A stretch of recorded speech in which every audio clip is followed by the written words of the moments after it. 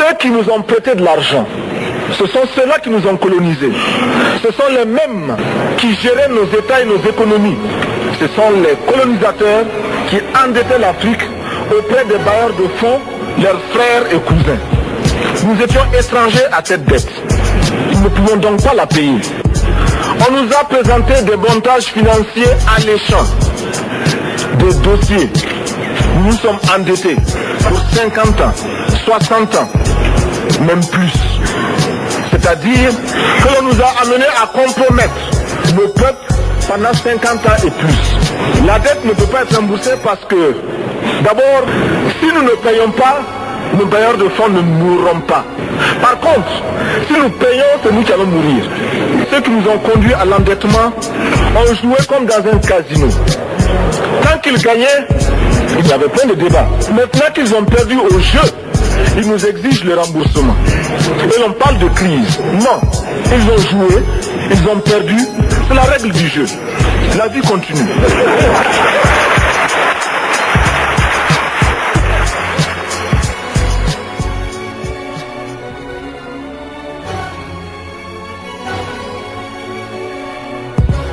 C'est notre fin qui a été versé. On parle du plan Marshall qui a refait l'Europe économique. Mais on ne parle jamais du plan africain qui a permis à l'Europe de faire face aux hordes hitlériennes.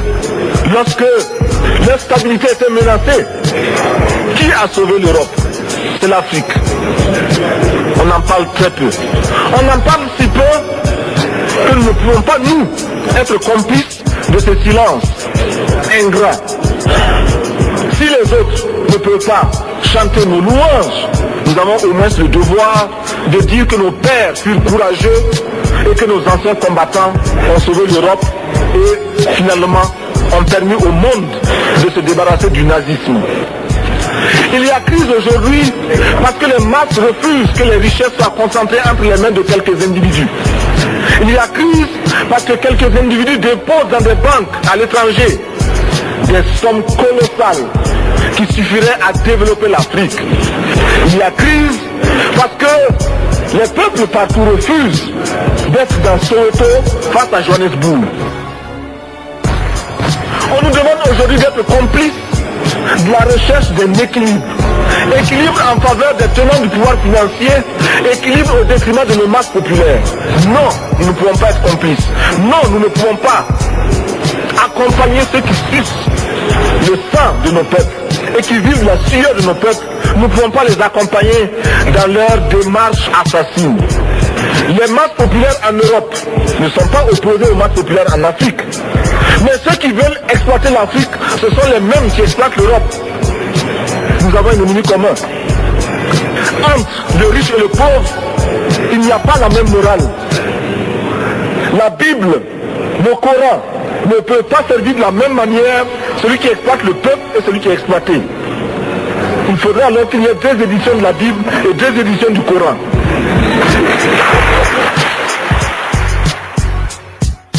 Les plus grands voleurs sont les plus riches. Un pauvre, quand il vole, ne commet qu'un larcin ou une peccadille, tout juste pour survivre par nécessité.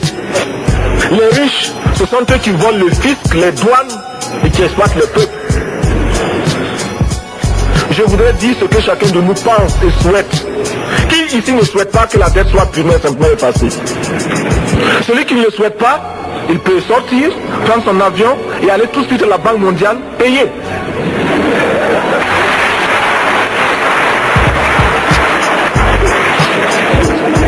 Et je voudrais terminer en disant, chaque fois qu'un pays africain achète une arme, c'est contre un Africain. Ce n'est pas contre un Européen. Ce n'est pas contre un Asiatique. C'est contre un Africain. Je suis militaire et je porte une arme. Je voudrais que nous nous désarmions. Parce que moi je porte l'unique arme que je possède et d'autres ont camouflé les armes qu'ils ont. Alors, mais je voudrais simplement dire que nous devons accepter de vivre africain. C'est la seule façon de vivre libre et de vivre digne.